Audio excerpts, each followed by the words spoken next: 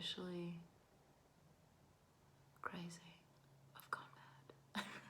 Hi guys, welcome back to my channel. I just had a doctor's appointment and I wanted to jump right on while everything's fresh in my mind and give you guys an update on our IVF. So here we go. So the last time I checked in with you guys, I was taking my Estrafem pills in the lead up to a transfer that was going to happen.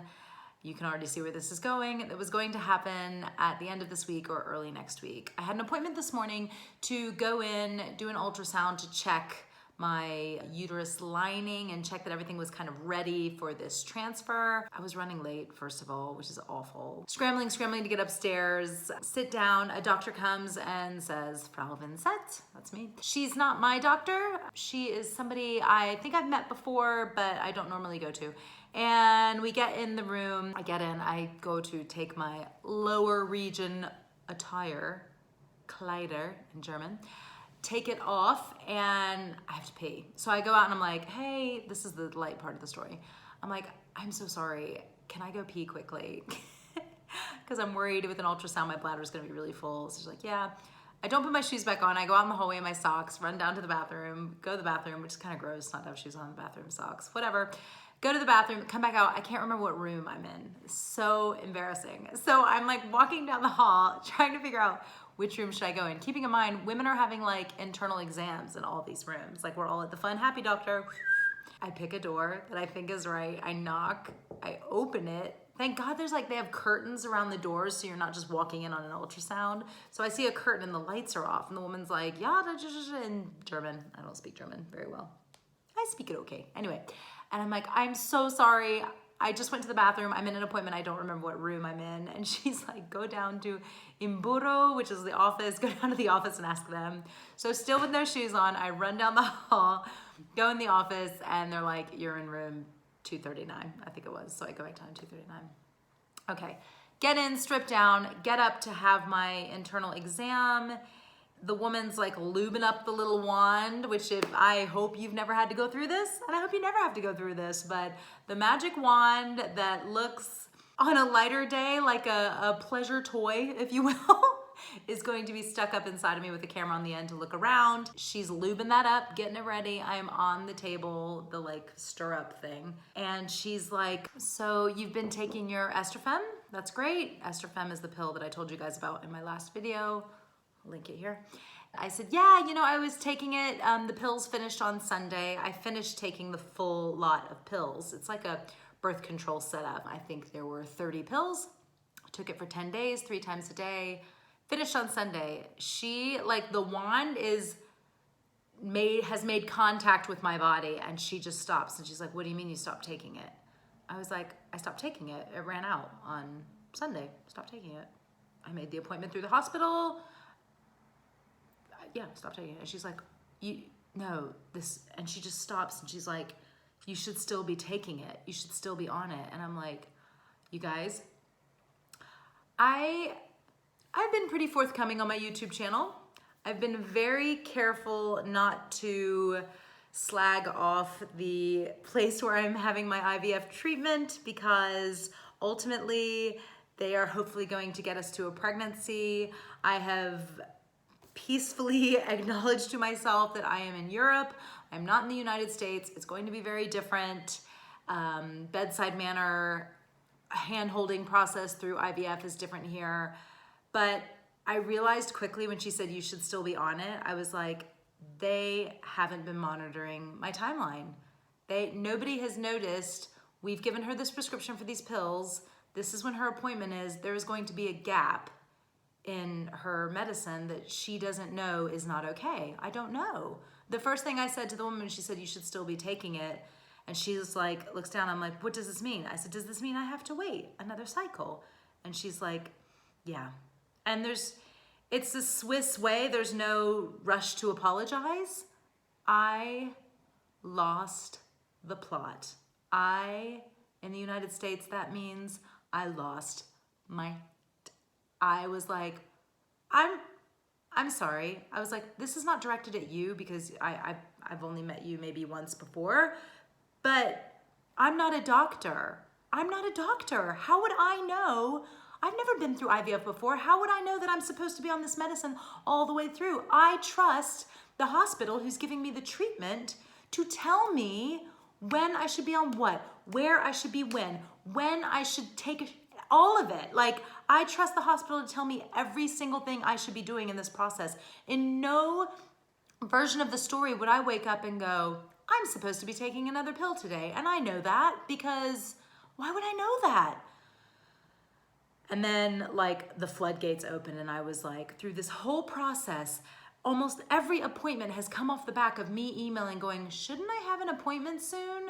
I'm almost done with this medication. I'm almost done with this shot. The appointment that I had this morning only came off me emailing last week going, hey guys, I need to know roughly what my timeline is because I'm trying to plan holidays for the summer. So can you tell me when I need my next appointment? They're like, oh, you need an appointment next Tuesday. If I hadn't emailed, would they have even, y'all, this is a true rant. Would they have even gotten in touch with me to tell me that I needed an appointment this week? I mean, I'm so frustrated. It's wrong on so many levels. I just lost it. I was crying a lot. I've cried a lot since then. So I have no more tears left to cry. Oh yes, Ariana Grande. Anyway, I'm done crying, so I'm not really crying anymore. But she starts explaining to me how the drugs work and all the scientific stuff of it, which should have been explained to me a few weeks ago when we started the transfer kind of cycle of the full cycle. And she's explaining it to me and I was just like, I'm sorry, can I go put some clothes on before we have this conversation? I'm naked. I'm naked from the waist down. She's like, yes, of course. So I go in and put my clothes on. When I'm in the like little dressing room putting my clothes on, I mean, it is like the best, saddest Oscar scene of somebody melting down. I mean, crying, ugly. I mean, y'all, good, ugly crying, like Kim Kardashian. I mean, so upset, so upset. I was a little prepared for them going in and going, oh, actually, you're old, your uterus looks like crap, this isn't gonna work, like mentally preparing myself for that. But I was not prepared for, we screwed up, so now you have to wait another month. So I had a really good ugly cry. And then there was a mirror in there. And this was one of those like, oh, maybe I will cry. No, I'll try not to. This was one of those like defining moments. I'm ugly crying. I stand up and I catch a glimpse of myself in the mirror. And I'm obviously very upset. And I'm like, pull it together. Pull it together. This is upsetting. Yes, but this is out of your control. I tend to get really angry about things that I think I can kind of control. But if something's out of my control, like a flight delay, flight cancellation, hospital missing my medication to where it pushes out my IVF, it's out of my control. I have to just go, right, okay, let's keep going. Gotta keep going. You got a kid. It's getting ready to be summer holidays. You've got to make plans. You've got stuff to do. Get your clothes back on. Put on your big girl pants. Let's get back out there, hear what she has to say. And voice our opinion, but just gotta get on with it. So I went out, I sat down and she walked me through everything and explained everything much more clearly, wrote me a prescription for 2 months of this prescription of pills that I have to take. And she said, well, now when your next cycle starts, if it's really heavy on the first day, you can start taking on the second day, which what classifies heavy? Full-blown crime scene, is that heavy? Or a decent amount of blood, who knows? Whatever. So start the pills again, immediately email us, we'll make an appointment. I pull out my calendar as she's talking to me and I'm looking through and I'm like, The week now that I have to come in next month is when we're going on holiday. We had planned to take our son to Legoland in Germany. Now that clashes with when this appointment's gonna be next month because you guys screwed up. This affects people. This affects people's lives. I mean, on a very base, shallow level, it affects my holiday next month, whatever. But we have been living this nightmare now for 2.5 years of pregnancy loss and now an IVF cycle that is like the never-ending story or War and Peace. It's gone on for so long. That's where we are. That's where we are. I left the appointment in a complete rage, but trying to be the best version of myself and be positive. I went out to the car and called Andy and had a good cry and rage with him. He was obviously very, very upset. And I think we both have come to the conclusion we were taking a very Buddhist approach. We were gonna try to turn this into a positive and put positive out. We're not Buddhist, but put positive out. Any angry email that we were gonna write, we're gonna maybe write it, but sit on it for 24 hours and acknowledge that this is a whole culmination of mistakes that were made on their side, and they need to clean their house up a little bit, but we can talk to them about that when the time is right. Right now, there's nothing we can do. So just wait. So that's where things stand. I have to wait another few weeks.